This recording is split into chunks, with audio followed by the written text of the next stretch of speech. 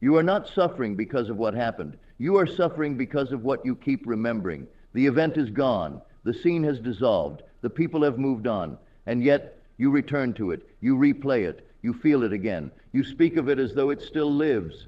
And in doing so, you give it life. You say, this is why I am this way. This is why it never works. This is why I cannot change.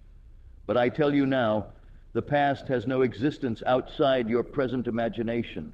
It is not stored in some distant chamber of time. It lives only as an image. Entertain now. If you can remember it, you can alter it. And if you can alter it, you can free yourself from it. You believe you must heal from the past. You believe you must overcome it. No, you must change it. Not in the world of facts, but in the only place it truly exists, in consciousness. And when you understand why the past is not fixed, you will never again feel bound by it. Because something far more radical is true, and most who practice this law have never dared to apply it there. You think memory is a record? It is not. Memory is imagination, active now. When you recall a painful moment, your body responds, your breath shifts, your muscles tighten. Why? Because the mind does not distinguish between what was and what is vividly imagined. The subconscious accepts the feeling as reality.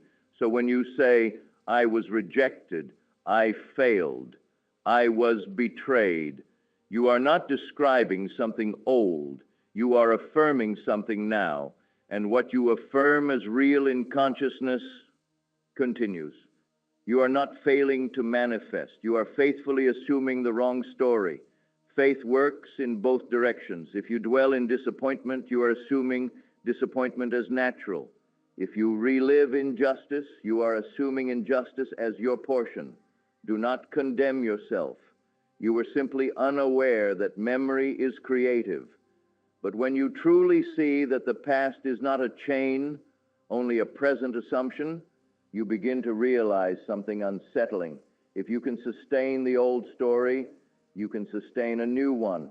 And that is where revision begins, not as fantasy, but as deliberate assumption. Yet there is a way to apply it that most misunderstand. And without this, they merely decorate the past instead of transforming it. Revision is not denial.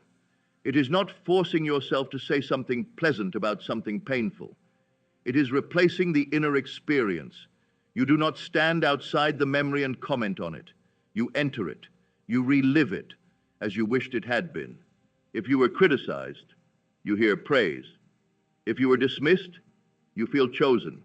If you failed, you experience success, not as observer, as participant. Through your own senses. You see it, you hear it, you feel it. And most importantly, that you accept it as what truly happened. This is the secret. The subconscious does not respond to effort. It responds to naturalness. When the revised scene feels ordinary, obvious, it takes root.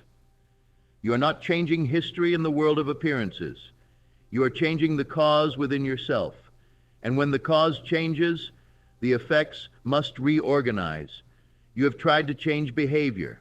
You have tried to change circumstances, but you left untouched the memory that justified them.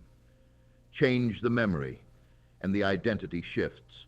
But there is a moment when this work is most powerful, and without honoring this moment, revision becomes weak and inconsistent. There is a threshold each night, a quiet borderland between waking and sleep. In this state, the mind is softened, the guard is lowered. What you impress there sinks deep. This is why I told you to revise before sleep. Do not carry the day as it was. Edit it. If something disturbed you, rewrite it. Not casually, not mechanically, but gently, with acceptance. Let the new version be the final impression. Then release it. Do not watch the world to see if it changed. Do not measure results. Sleep in the feeling that it was always that way. Over days, The emotional charge dissolves. Over weeks, your reactions change. Over time, your world reflects a different history. You will notice something subtle. People respond differently. Opportunities appear where they once did not. Old triggers lose their power. And you will realize you did not become someone new. You simply stopped carrying a past that no longer served you. But there is one final truth that must be faced, and it is the most liberating of all. You say, "This is who I am because of what happened." But who are you before the story? You are awareness, and awareness is not wounded, not limited, not marked by memory. You entered states of rejection, states of fear, states of loss, and you called them me. Revision is how you step out. You do not fight the state. You leave it.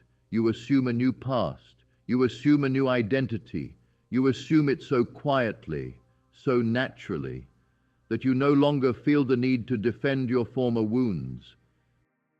The past bends to the one who assumes authority over imagination. It was never a prison. It was clay, and you are the potter. So tonight, do not analyze your life. Do not search for signs. Do not attempt to force tomorrow. Simply revise. Enter the scene. Feel it as fulfilled. Let it be done. And fall asleep as the one for whom it always happened that way. In the morning, do not look back. Live from it. The past has changed. And therefore, so have you.